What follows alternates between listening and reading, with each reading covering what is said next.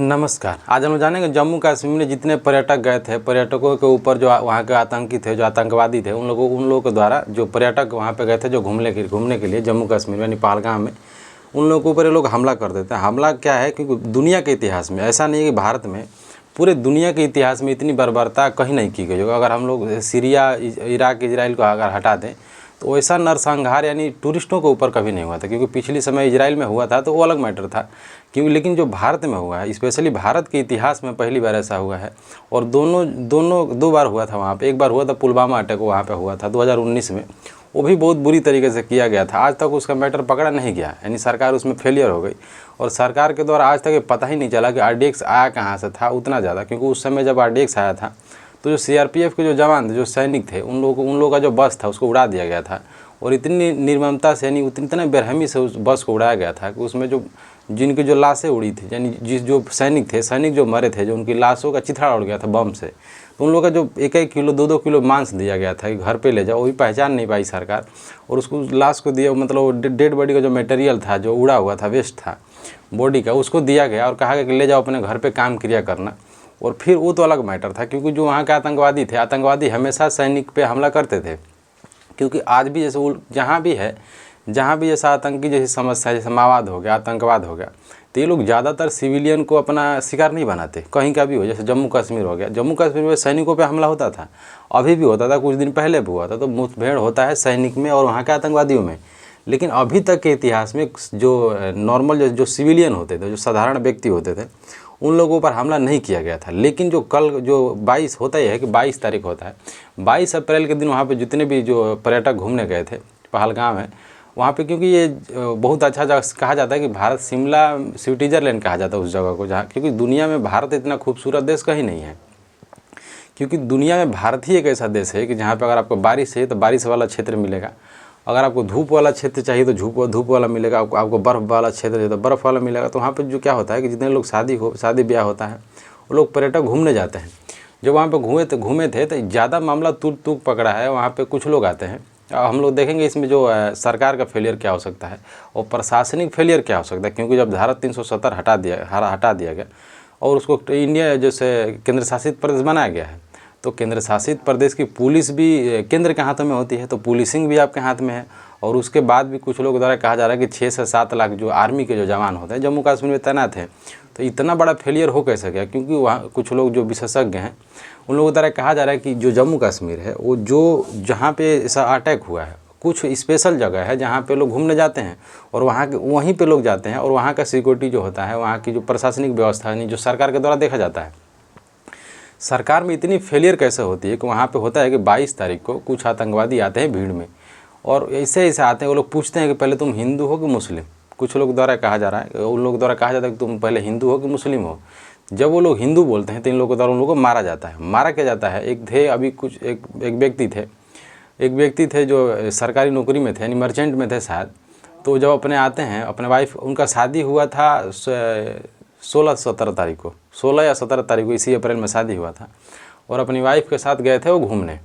वो बेचारे 10 दिन भी नहीं हुआ था उनके शादी का, और उनको भी मार दिया गया।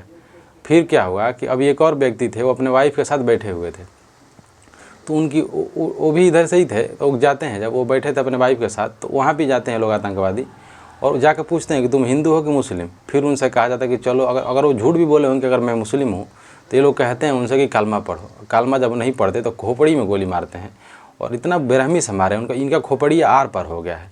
और बेचारी जो उनके साथ जो उनकी वाइफ गई थी, वो बैठ के वहीं बोल रही थी कि आप हमको ही मार दो, हमको क्यों छोड़ रहे हो। अब देखते हैं इसमें सरकार क्या करती है, क्योंकि कहा जा रहा है कि 28 लोग, तो अभी सरकार बोल रही है कि 28 लोग मरे हुए हैं और 17 से ज़्यादा लोग घायल हैं। लेकिन इसमें सरकार कितनी बड़ी गलती हुई है। और कुछ लोग को द्वारा कहा जा रहा है कि ट्रेन में घुस के लोग मारे हैं। तो इसमें सरकार का तो फेलियर है। क्यों? कुछ लोग द्वारा, राजनीतिक दलों के द्वारा कहा जा रहा है, कुछ लोगों के द्वारा भी कहा जा रहा है कि इलेक्शन आने वाला है, तो जब भी इलेक्शन आता है तो जम्मू कश्मीर में, चाहे भारत में, कहीं ना कहीं ऐसी होती है। लेकिन गलत चीज़ है। आतंकवादियों को भी ऐसा नहीं कहना, सरकार को भी समझना चाहिए कि इतना बड़ा समय कैसे मिला कि वो लोग आते हैं गैंग बना के, और लोग वीडियो भी डाले हैं गाड़ी में बना के। इतना बड़ा फेलियर कैसे हो सकता है कि सामने वाला आता है आतंकवादी, आने के बाद आपसे पूछ रहा है कि तुम हिंदू हो कि मुस्लिम हो, कलमा पढ़ो, फिर गोली मारता है।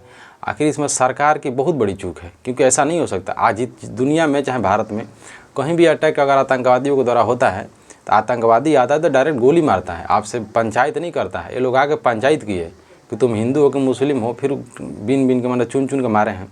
और दूसरी बात यह है, कुछ लोगों द्वारा जैसे बीजेपी है, बीजेपी के द्वारा अपने पर्सनल हैंडल पे एक पोस्ट शेयर किया जाता है, तो उसमें कहा जा रहा है कि जो आतंकवादी थे वो लोग कहते हैं कि हम हिंदू बोल के मारा गया है। जब आतंकवादी हम लोग को मार रहे थे तो हिंदू बोल के मार रहे थे, जाति पूछ कर नहीं मार रहे थे। यानी बीजेपी का कहना ये है कि हम लोग जाति में क्यों बट रहे हैं, वो अलग मैटर है। अपने बात छुपाने से अच्छा है आप देखो कि हम फेलियर कैसे हो गए।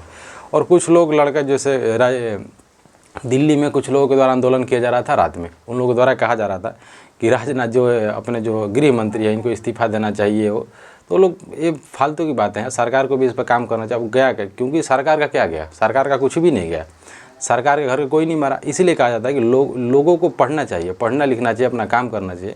क्योंकि जब भी कुछ होगा, जब भी देश में कुछ कोई अटैक होगा, जब भी कोई कांड होगा, बड़ा अटैक होगा, तो उसमें MP MLA का बेटा नहीं मरता है। जब भी कोई अगर हम लोग राजनीतिक दल के पीछे लड़ते हैं तो उसमें कोई राजनेता का लड़का नहीं मरता है। सेना में भी कहा जाता है कि सेना में भी और सिविलियन में भी वो लोग संभल कर रहते हैं। ब्रिज गिरेगा तो नेता का लड़का नहीं मरेगा, क्योंकि नेताजी का लड़का चल रहा होगा जहाज़ से, ट्रेन पलटेगी तो भी नेताजी का लड़का नहीं मरेगा। तो समझना चाहिए। दूसरी बात है, कुछ एक बहुत बड़े लेखक है, सिंगर नहीं है, एक बहुत बड़े राइटर हैं, उनका नाम है मनोज मुंतशिर, उनका नाम है। तो उनके द्वारा भी एक बयान दिया गया हिंदू मुस्लिम पे, और कुछ जो धार्मिक संगठन उन लोगों के द्वारा दिया जा रहा है, राजनीतिक दलों के द्वारा दिया जा रहा है। लेकिन सबसे बड़ी बात यह है कि सरकार को इस पर एक्शन लेना चाहिए। और कुछ दिन पहले ही धारा 370 जो होता है, 370 था, उसको हटाया गया था। और इसमें दूसरा रोल है मीडिया का। मीडिया क्या कर रही है कि मीडिया आज भी खुल के विरोध नहीं कर रही है। विरोध क्या करना, मीडिया हो तो पत्रकारिता का काम क्या होता है, जैसे हम हैं तो जो बात है वो एज इट इज़ बोल रहे हैं और ऐसे अपलोड कर देंगे। तो न्यूज़ का मतलब ही वही होता है कि नॉन फिल्टर होता है। न्यूज़ फिल्टर कैसे हो सकता है? न्यूज़ का मतलब होता है कि अगर आप मेरे से कुछ सुन रहे हैं, अगर आपसे हम कुछ बता रहे हैं, अगर आपसे हम कुछ ले रहे हैं, तो एकदम जैसा है वैसा ही आपके पास सामने पेश किया जाए। लेकिन भारतीय मीडिया क्या है कि कॉरपोरेट मीडिया है। और कॉरपोरेट मीडिया में क्या है कि ये लोग सवाल पूछते हैं, दो मुर्गा लड़ाएंगे, इधर से लड़ाएंगे उधर से लड़ाएंगे। ये लोग खुल के आज तक ये लोग नहीं बोल रहे हैं। पूरे जितने बड़े मेन स्ट्रीम मीडिया है, ये सरकार फेलियर है, बोल कैसे देंगे लोग, क्योंकि मैनेज किया गया है ना, सरकार इनको 2 मिनट में सिखा देगी। और सरकार का बहुत बड़ा फेलियर है, क्योंकि पुलिस फेल होती है, समझ में आ रहा है। आर्मी 7 लाख 8 लाख आप वहाँ पे आर्मी लगाए हैं, उसके बाद भी वो मतलब आप फेलियर हो गए। उसके बाद भी उतने लोग आते हैं, मारते हैं, मारने के बाद आपका जाति पूछते हैं, धर्म पूछते हैं, धर्म के नाम पे मारा जा रहा है। और धार्मिक कुछ लोग द्वारा ये कहा जा रहा है कि हिंदू मुस्लिम किया जा रहा है, लेकिन नहीं, ऐसी बात नहीं है। कुछ वहाँ पे कुछ मुस्लिम लोग भी मरे हैं, जैसे साउथ के कुछ फैमिली आई थी, उन लोगों को भी मारा गया है।